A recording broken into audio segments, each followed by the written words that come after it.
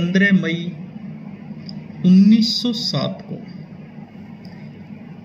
भारत भूमि पर पंजाब के लुधियाना में महान क्रांतिकारी, देशभक्त, अडिग, निडर, स्वाभिमानी जन्म लेते हैं। नाम है सुखदेव सिंह थापर। माता का नाम रल्ली देवी है, पिता का नाम रामलाल थापर है। जब सुखदेव का जन्म होता है, जन्म के 3 महीने पहले ही पिता का देहांत हो जाता है। इनके ताया अंचिता राम ने इनका पालन पोषण किया। पूरी शिक्षा दीक्षा की जो पढ़ाई की व्यवस्था थी, लालन पालन पूरा इनके ताया अंचिता राम द्वारा किया गया। गरीबी की हालत थी। गरीबी की हालत में मां रल्ली देवी ने जैसे तैसे ताया के साथ मिलजुल कर दोनों भाइयों को पाल पोस कर बड़ा किया। इनके भाई का नाम था मथुरा दास। मथुरा दास ने इनके बारे में काफी बुक लिखी हैं, काफी नहीं, कुछ बुकें लिखी हैं। उनमें इनकी जीवनी के बारे में पूरा बताया है। तो इनके ताया अंचिता राम ने इनका लालन पालन किया, पाल पोस कर बड़ा किया। इनकी प्रारंभिक जो शिक्षा थी वो लुधियाना में ही हुई। गरीबी थी पर दिमाग में जुनून था, किताबें पढ़ने का जोश था।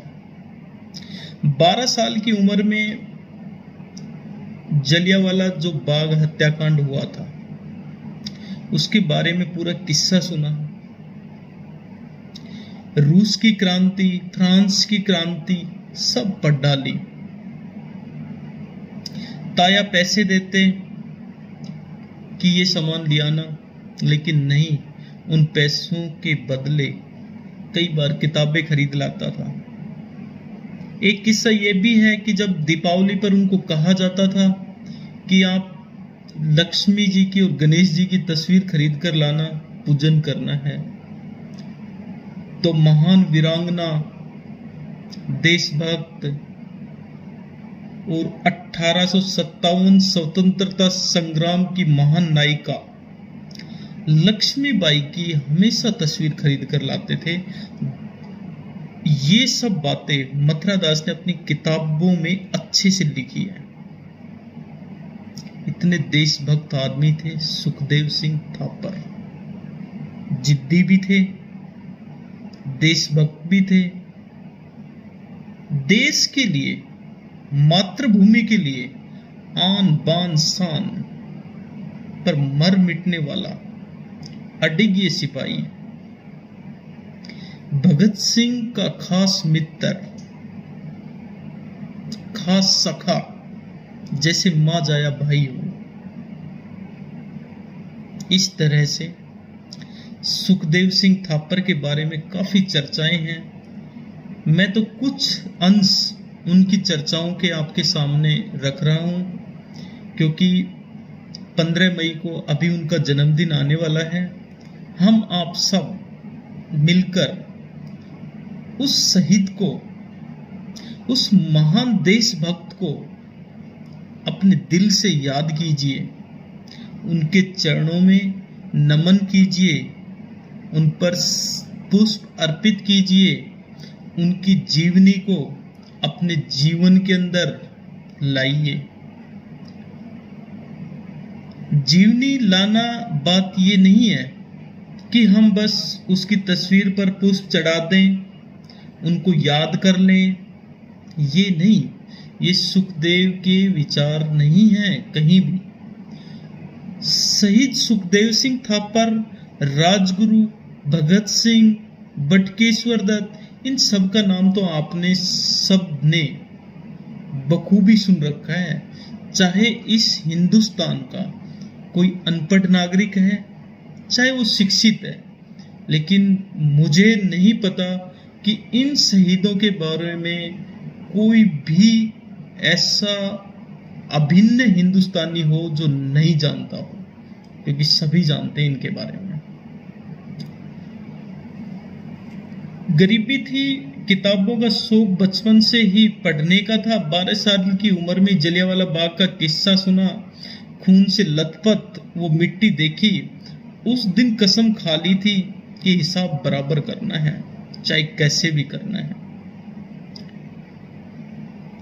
ग्राम से प्राथमिक शिक्षा पूरी करने के बाद 1921 में लाहौर के नेशनल कॉलेज में दाखिला ले लेते हैं, जो उस समय लाला लाजपत राय के द्वारा चलाया जाता था। 1921 में जैसे ही वो कॉलेज में दाखिला लेते हैं, उसी दिन भगत सिंह से उनका मिलन होता है। भगत सिंह और उसके साथी बैठकर महात्मा गांधी के विषय में चर्चाएं कर रहे थे और बता रहे थे कि हिंसात्मक तरीके से देश को आजाद नहीं कराया जा सकता, इसके लिए शांति प्रिय युद्ध चलाया जाएगा, इसके बाद हमें आजादी मिलेगी। लेकिन नहीं, उस सुखदेव के जब कानों में ये गूंज सुनी, भगत सिंह की ये बातें सुनी, तो उनका खून खोल उठा। उन्होंने कहा कि नहीं, चरखे से आजादी नहीं आएगी, इसके लिए क्रांति करनी पड़ेगी, हिंसात्मक मार्ग अपनाना पड़ेगा, गूंगी बहरी सरकार को बम के धमाकों की आवाजें सुनानी पड़ेगी। इसके बाद गूंगी बहरी सरकारें इस वतन के प्रति, इस मिट्टी के प्रति जागेगी। अन्यथा शांति प्रिय तरीके से ये जनता कभी जागने, ये सरकार कभी जागने वाली नहीं है।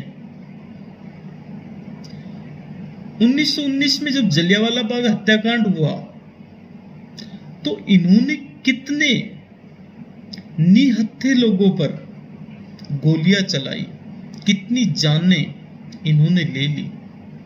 तो क्या ये लोग हमारी शांति प्रिय बातों से हमारा वतन छोड़ेंगे? कभी नहीं। सुखदेव सिंह थापर के ये विचार भगत सिंह के दिल में आग की तरह भभके और यहीं से 1921 के अंदर भगत सिंह और सुखदेव सिंह थापर की दोस्ती शुरू हो जाती है।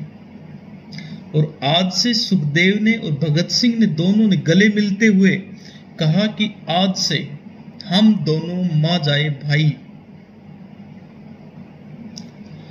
2 घंटे बाद दोनों मां जाए भाई बन गए। नेशनल कॉलेज के अंदर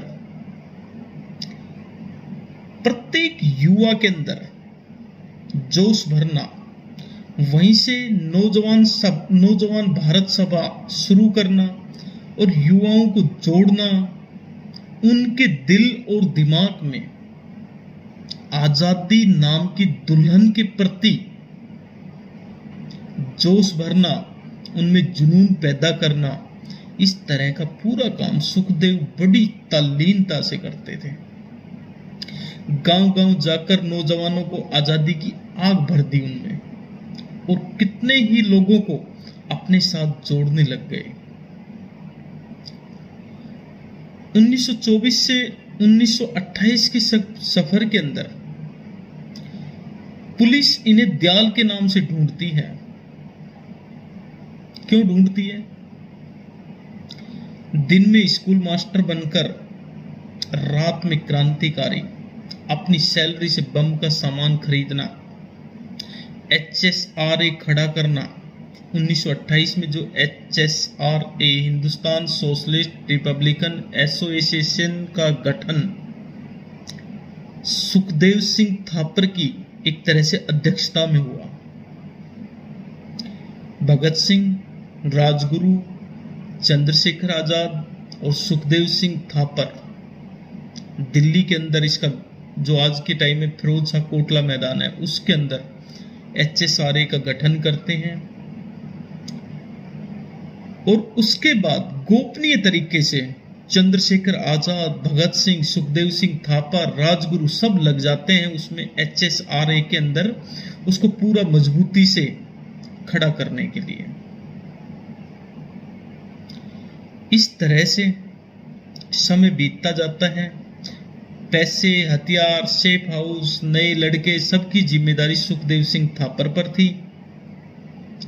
उस समय दोस्त कहा करते थे कि अगर सुखदेव सिंह थापर है तो हमें कोई टेंशन की बात नहीं है। अब HSRA का मेन कार्य स्टार्ट होता है। क्या है वो मेन कार्य? लाला लाजपत राय की मौत का बदला। प्लानिंग कौन खड़ी करता है? सुखदेव सिंह थापर। कौन कौन सदस्य कैसे पुलिस पर हमला करेंगे, कैसे उनको मारेंगे स्कॉट को, इस तरह से सुखदेव सिंह थापर ने शूटर में नाम जोड़ा किसका? भगत सिंह का, कि गोली आप चलाएंगे, राजगुरु आपके साथ रहेंगे, चंद्रशेखर आजाद आपको बैकबोन का काम करेंगे, आपको पीठ के पीछे वहां से सुरक्षित निकालने में कौन रहेंगे? चंद्रशेखर आजाद रहेंगे।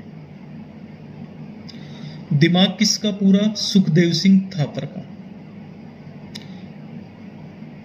आपको बता दूं, इस तरह से जब HRA था, HRA किन्होंने बनाया था? चंद्रशेखर आजाद, भगवती नहीं, बिशीमल, राम प्रसाद, राजेंद्र लाहिड़ी, इन सब ने मिलकर जो HRA बनाया था, उसके बाद वो पैसों के कारण बंद हो गया था।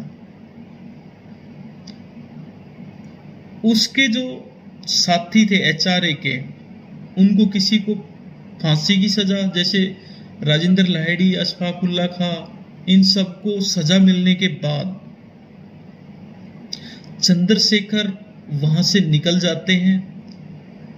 इसके बाद सुखदेव सिंह थापर ने HR-1 की जगह HSRA का गठन करवाया। भगत सिंह ने इसमें सोशलिस्ट का नाम ऐड किया।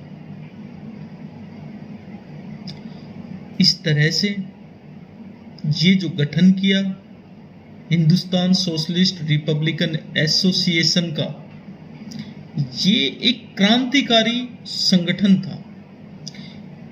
इनके दिल और दिमाग में एक जोश था, एक जुनून था इस वतन की मिट्टी को आजाद कराने का।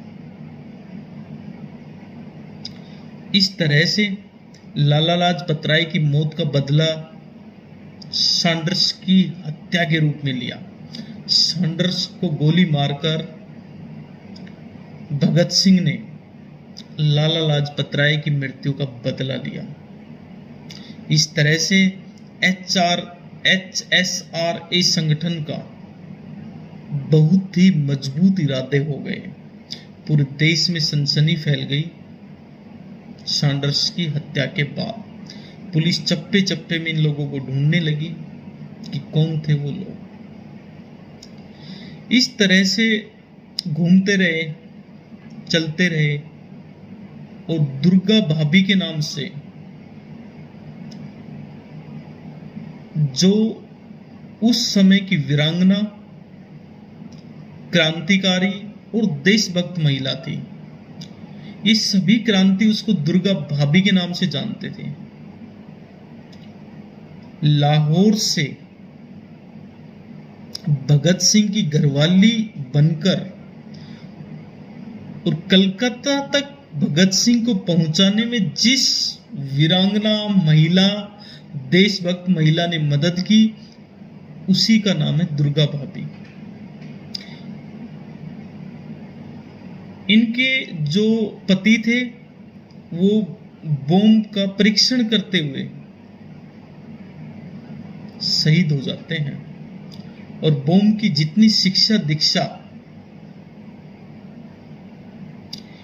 इनके पति ने इस HSRA संगठन को दी, क्योंकि वो केमिस्ट्री के प्रोफेसर थे। उनको सब तरह की नाइट्रिक एसिड कैसे अभिक्रिया करेगा, क्या करेगा, ये सब जो शिक्षाएं थी, ये दुर्गा भाभी के पति ने HSRA संगठन को दी। इस तरह से पुलिस इनको ढूंढती रही। दयाल कौन है, विलेजर कौन है? सुखदेव सिंह थापर को दयाल के नाम से और विलेजर के नाम से जानते थे। कैसे? जब पुलिस इनको चप्पे चप्पे में ढूंढ रही थी तो ये एक बनिए की दुकान पर नौकरी करने लग गए। दिन में बनिए की दुकान पर नौकरी करते और रात को बम बनाना, पत्र लिखना, क्रांतिकारी गतिविधियों को अंजाम देना, किस साथी को कहां कौन सी घटना से रूबरू कराना है, किस तरह से वतन के लिए मेरे को कुछ करना है, इस तरह की प्लानिंग रात को करते थे। सिर्फ 4 घंटे सोता था और पूरी रात इस वतन की मिट्टी के लिए काम करता था। पुलिस उनको कभी दयाल के नाम से, कभी विलेजर के नाम से ऐसे ढूंढती रही। इस तरह से चलता रहा। एक बार चंद्रशेखर को भी लाहौर पुलिस ने पकड़ लिया। उसके बाद इतना देशभक्त आदमी था सुखदेव सिंह थापर कि उसने अपनी माता रल्ली देवी का सहारा लेकर चंद्रशेखर आजाद को सकुशल पुलिस से छुड़वाया। देखिए कितना देशभक्त आदमी था, जिसने अपने साथी को बचाने के लिए, छुड़ाने के लिए अपनी ममतामयी मां को भी सहारा लेना पड़ गया था। एक ऐसे देशभक्त सुखदेव सिंह थापर, जो एक तरह से दिमाग, जिसको कहते हैं ना कि मेनली जो दिमाग है लड़ने वाला, योजनाएं बनाने वाला, युवाओं को इकट्ठा करने वाला, जोड़ने वाला, वो सुखदेव सिंह थापर का दिमाग था उस समय। इस तरह से समय बीतता जाता है। 8 अप्रैल 1929 को दिल्ली के असेंबली में पब्लिक सेफ्टी बिल पास होना था। तो HSRA संगठन ने उस समय एक सभा आयोजित की और उसमें फैसला लिया गया कि वहां पर हमें एक स्मोक बम, धुएं का बम फेंकना है। बेगुनाहों को कोई नुकसान ना हो, बस गूंगी बहरी सरकार को जगाना है। इस तरह से जो स्मोक बम फेंकना था उसके लिए डिसीजन हुआ। तो सबसे पहले भगत सिंह और बटुकेश्वर दत्त का नाम नहीं था। उनको वहां भेजने के लिए संगठन ने रोक दिया, जबकि संगठन का फैसला उस समय सर्वे सर्वा फैसला होता था। जैसे सुखदेव सिंह थापर को इस योजना का पता चला कि असेंबली में बम फेंकने के लिए भगत सिंह और बटुकेश्वर दत्त नहीं जा रहे हैं, तो वो लाहौर से चलकर भगत सिंह के पास आते हैं और उनको कहते हैं कि आप इतने डरपोक हो गए, क्या आप डरने लग गए इन क्रांतिकारी गतिविधियों से? क्या इसी तरह आजादी आ जाएगी? आपके इन विचारों से आजादी आ जाएगी? आप खुद डर गए असेंबली में जाने से। इस तरह भगत सिंह को भला बुरा कहने लगे सुखदेव सिंह थापर। इन्होंने समिति से टाइम मांगा कि हमें 1-2 घंटे का समय दिया जाए, हम बात करते हैं। उन्होंने बात किया और इस तरह से बात करते हुए आपस में काफी भला बुरा कहा भगत सिंह को। उसके बाद भगत सिंह ने निर्णय लिया कि मैं जैसे तैसे दोबारा कमेटी की मीटिंग कराता हूं। 3 दिन बाद कमेटी की दोबारा मीटिंग होती है HSRA संगठन की, उस मीटिंग में भगत सिंह ने अपने विचार मजबूती से रखे कि इस काम को अंजाम देने के लिए मैं और बटुकेश्वर दत्त ही जाएंगे। सुखदेव सिंह थापर हालांकि उस दिन मीटिंग में चुप रहे बिल्कुल, और इस तरह का फैसला करके सुखदेव सिंह थापर वापस दुर्गा भाभी के पास पहुंच जाते हैं। और उस समय सुखदेव सिंह थापर का जो हाल था वो बहुत ही बेहाल था। रो रो कर उनकी आंखें मोटी हो चुकी थी, क्योंकि उनको भगत सिंह के प्रति इतना बड़ा प्रेम था जैसे एक माँ का बेटे के साथ प्रेम होता है। इस तरह दोनों भाइयों का बड़ा प्रेम था। सुखदेव सिंह थापर को पता था कि आप भगत सिंह को मौत के मुंह में डालकर आ रहे हैं, लेकिन एक तरफ वो इतने अडिग थे, इतने निडर थे कि वो फैसला जो करते थे उसमें कहीं ना कहीं बू होती थी आजादी की, लहर होती थी आजादी की, चिंगारी धधकती थी आजादी की। इस तरह से उन्होंने भगत सिंह और बटुकेश्वर दत्त को 8 अप्रैल 1929 को असेंबली पब्लिक सेफ्टी बिल के लिए जो मीटिंग चल रही थी असेंबली में भेज दिया। वहां से भगत सिंह ने वो बम फोड़ा और इंकलाब जिंदाबाद, इंकलाब जिंदाबाद, इंकलाब जिंदाबाद के वहां पर नारे लगाए। इस तरह से गूंगी बहरी सरकार को उन धमाकों की आवाज सुनाने के लिए ये सब सुखदेव सिंह थापर के दिमाग ने किया और भगत सिंह और बटुकेश्वर दत्त ने इस घटना को अंजाम दिया। वहां से भगत सिंह और बटुकेश्वर दत्त को अरेस्ट कर लिया जाता है ब्रिटिश पुलिस द्वारा। इसके बाद एक एक करके सभी को पकड़ा जाता है। राय गोपाल द्वारा गोपनीय जानकारी देने के बाद सुखदेव सिंह थापर को भी लाहौर से गिरफ्तार कर लिया जाता है। अब तो पुलिस के शिकंजे में HSRA की बैकबोन आ गई थी, मतलब एक उसकी रीढ़ की हड्डी मिल गई थी।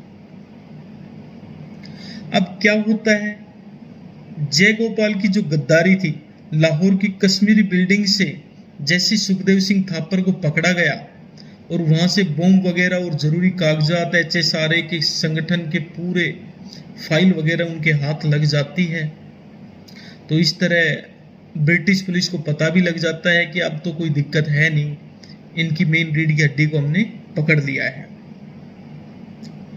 इस तरह से 1929 में जेल में जंग शुरू करते हैं।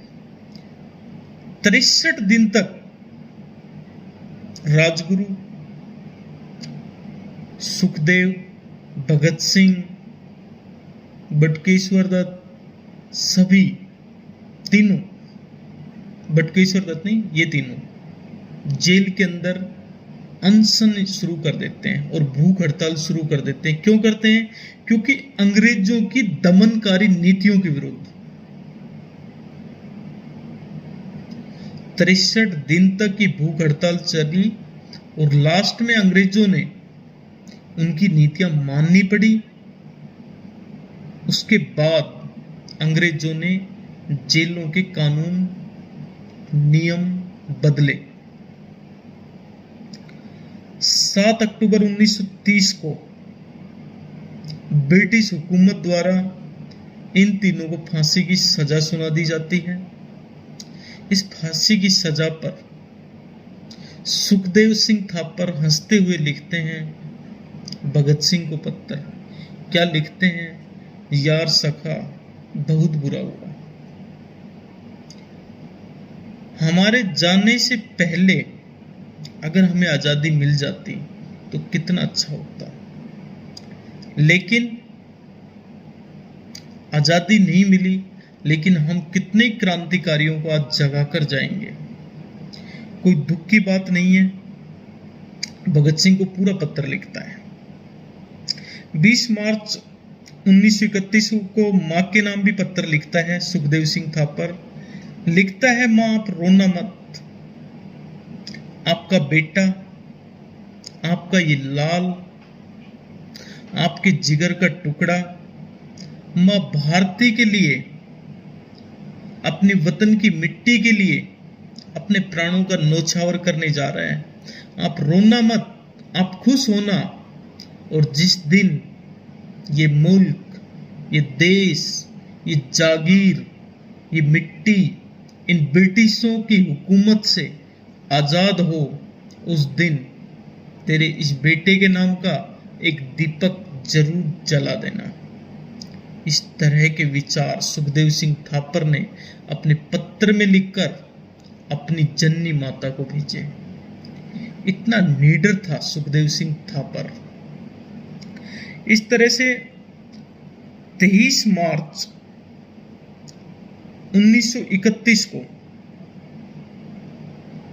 भगत सिंह, राजगुरु और सुखदेव तीनों को फांसी की सजा दे दी जाती है। फांसी की सजा वैसे तो 24 मार्च 1931 को तय हुई थी, लेकिन जनता के आक्रोश के कारण, भारत की देशभक्त क्रांति और युवाओं के जोश के कारण अंग्रेजों ने आनन फानन में शाम के समय 7:33 पर उनको फांसी दे दी। वो तीनों देशभक्त अमर शहीद मेरे रंग दे बसंती चोला, इस तरह के गाने गा गा कर, इस तरह के देशभक्ति गीत गा गा कर अंग्रेज हुकूमत के दिलों में एक डर पैदा कर गए। उस समय जो फांसी देने वाले व्यक्ति थे, वो भी उनको देखकर रो उठे। उनकी रूह कांप उठी कि कैसे इनको पता है कि हमें अभी मौत की सजा मिलने वाली है और ये आपस में गले मिल रहे हैं। मां भारती की रक्षा के लिए कैसे हंसते हंसते आजादी को अपनी दुल्हन बना रहे हैं। क्या जोश था उनमें, क्या जुनून था उनके रक्त में। क्या दूध पिलाया उन जननी माताओं ने जिन्होंने शेर भगत सिंह, राजगुरु और सुखदेव जैसी शख्सियत को इस मिट्टी पर जन्म दिया। मैं नतमस्तक हूं उन माताओं के चरणों में, जिन माताओं ने ऐसे बेटे, ऐसे अमर शहीद देशभक्त इस वतन को दिए। दुख जब होता है जब इन देशभक्त बेटों का सपना, इनका सजाया हुआ सपना इस भारत में विफल हो जाता है। आज भी उनके विचारों को अपनाने को कोई नहीं है, क्योंकि भगत सिंह के विचार देखो कहां थे। मैं नास्तिक क्यों हूं, उन्होंने पूरी बुक लिखी। सुखदेव सिंह थापर के विचार क्या थे, राजगुरु के विचार क्या थे, आज कोई भी उनको अपनाने के लिए तैयार नहीं है। मुझे लगता है भारत पहले नंबर पर, पहले पायदान पर भ्रष्टाचार में सबसे आगे है। क्या आज हम भगत सिंह, राजगुरु, सुखदेव के विचार अपना रहे हैं? नहीं, कोई नहीं अपना रहा उनके विचार। आज ये मिट्टी, ये वतन हम पर हंस रहा है और देख रहा है कि वास्तव में क्यों उन नौजवान देशभक्तों ने इस मुल्क के लिए अपने प्राण दिए। क्योंकि ये मुल्क उस समय भी ब्रिटिश सत्ता के जब अधीन था, तब भी ये लोग मूक नायक थे। चाहे भ्रष्टाचार हो रहा है, चाहे किसान पर हमला हो रहा है, चाहे मजदूर पर हमला हो रहा है, चाहे किसी पर कोई दंड की बेवजह सजा मिल रही है, तब भी ये जनता मूक नायक थी। इस जनता के दिल और दिमाग में भगत सिंह जैसे शेर अगर पैदा नहीं होते तो उस समय भी इस जनता पर वैसे ही अत्याचार होते रहते और हम ब्रिटिश हुकूमत से कभी भी आज़ाद नहीं हो सकते थे। और आज भी जब भ्रष्टाचार, जब गरीब आदमी 1 लाख रुपए कमाने वाले की टेबल पर नीचे से 5,000 रुपए देता है, जो पर डे 200-400 रुपए दिहाड़ी मजदूरी करता है, तब भी ये मुल्क आज भी मौन है, आज भी मूक नायक बना हुआ है। सब अपने स्वार्थ के कारण, सब आपस में अपने स्वार्थ में बटे हुए हैं, स्वार्थ के लिए अपना काम कर रहे हैं, स्वार्थ के लिए रिश्ते नाते बना रखे हैं। लेकिन भगत सिंह, राजगुरु, सुखदेव आज सोच रहे होंगे, यार किन कमीनों के लिए हमने अपने प्राण दे दिए। तो मेरे प्यारे देशभक्तों, प्यारे भारतीय, हिंद के नौजवानों, आप उस महान अमर शहीद राजगुरु सुखदेव, भगत सिंह, इनके विचारों को अपनाओ। इस देश में कहीं भी भ्रष्टाचार होता है, किसी माँ बहन के साथ कोई अत्याचार होता है, आप दिल से उनके साथ लगो, उनको भ्रष्टाचार से मुक्त कराओ, उनको अन्याय के प्रति लड़ना सिखाओ और उनके साथ लड़िए। ऐसे थे हमारे अमर शहीद सुखदेव सिंह थापर। यूं तो उनकी चर्चाएं और उनका विषय काफ़ी लंबा है, पर फिर भी मैं कुछ उनके अंश आपके सामने बताए हैं। आप जरूर अपने जीवन में उन विचारों को अपनाएं। जय हिंद, जय भारत, जय संविधान।